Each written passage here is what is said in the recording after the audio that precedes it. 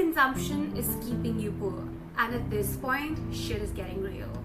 अंबानी की शादी और बिग बॉस से फुर्सत मिल जाए तो 60 सेकंड देख के मेरा भी कंटेंट देख लो। मैंने मंगवाया मीशो से कुछ क्यूट टॉप्स एंड टी-शर्ट जिसमें सबसे पहला ये येलो येलो लवली फेलो बहुत प्यारा लग रहा है एंड सिर्फ 175 का है। नेक्स्ट देखो चेरी बॉम्ब कितना प्यारा लग रहा है, ब्लैक शॉर्ट्स के साथ भी बहुत अच्छा लगने वाला है। एंड नेक्स्ट देखो इसमें ब्लू बना हुआ, ये भी बहुत प्यारा लग रहा है, ओवरसाइज टी-शर्ट है। एंड ये वाला देखो इस हॉल का सबसे महंगा Overconsumption is a toxic cycle of buying and accumulating goods that are beyond your needs.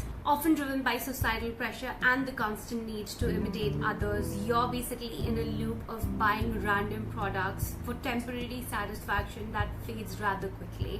So with that being said, let's get into the video.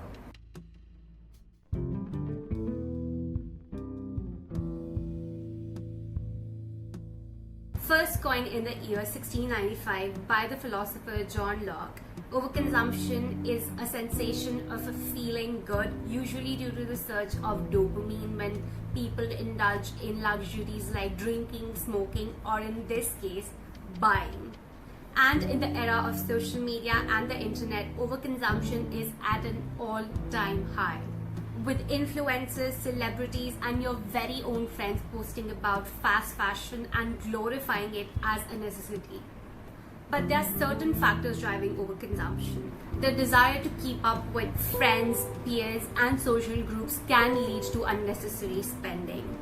You see, when people see others with the latest gadgets, car, and other luxury items, they may feel excluded and may want to match that same feeling, if not exceed it on so many levels, which to the point of this video can lead to financial strain. Platforms like Instagram, TikTok, YouTube create curated realities for us to see our favorite influencers have this super luxury lifestyles, which advertisers use to showcase and market their products through these influencers and celebrities and make you feel that you need it immediately.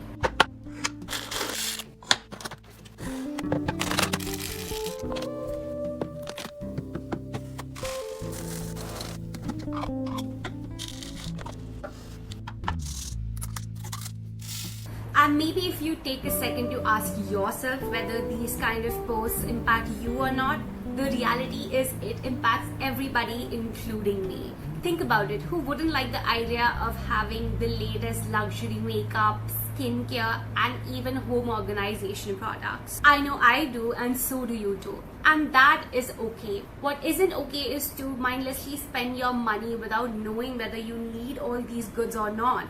And let's be honest, consumerism on this level has a major impact on your finances. Every rupee spent on unnecessary items is a rupee that could have been invested or saved. And it's lack of these savings and investments that can make people more vulnerable towards financial shocks. Like, think about losing a job or a medical emergency. You need to have something saved up for these hard times. Without any financial safety net, even minor financial hardships can lead into major financial setbacks. And all that just for temporary pleasure.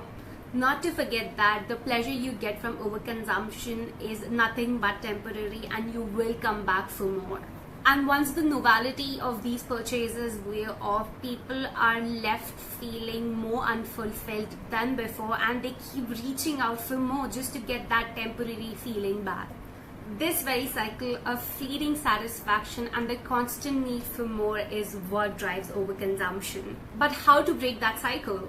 You see, one way to counter the pull of instant gratification is mindful consumption, making thoughtful and deliberate purchasing decisions. This includes you to think about things you want to buy before you buy them, pausing before you make a purchase and thinking whether you want it or do you need it, re-evaluating the long-term value of the said product. All of these factors will help you to instantly realize whether you need the product or not.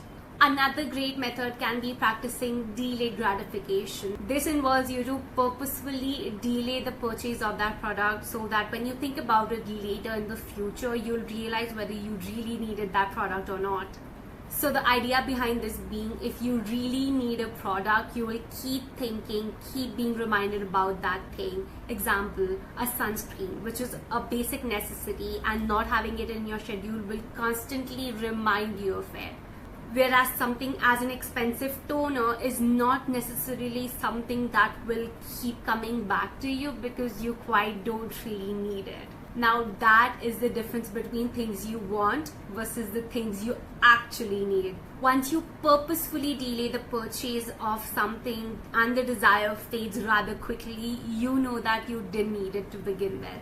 And that is exactly how you avoid partaking in the mass cultural delusion that is overconsumption. And to keep your bank balance rolling, look guys, if you have made it so far in the video, I'd like to tell you that I cannot decide the things you really need versus you don't. The only person who can do that is you. And avoiding overconsumption is not about neglecting your necessities. It's about avoiding impulse purchases of things that you don't really need. If you haven't already, then check this video that I made about consumerism and overconsumption a few days ago. While this video is about how overconsumption breaks your bank, this video is about how overconsumption can also impact the world. And that was it for the video, guys. If you like this video, then don't forget to subscribe my channel and to like this video, and I'll see you in the next one. Bye bye.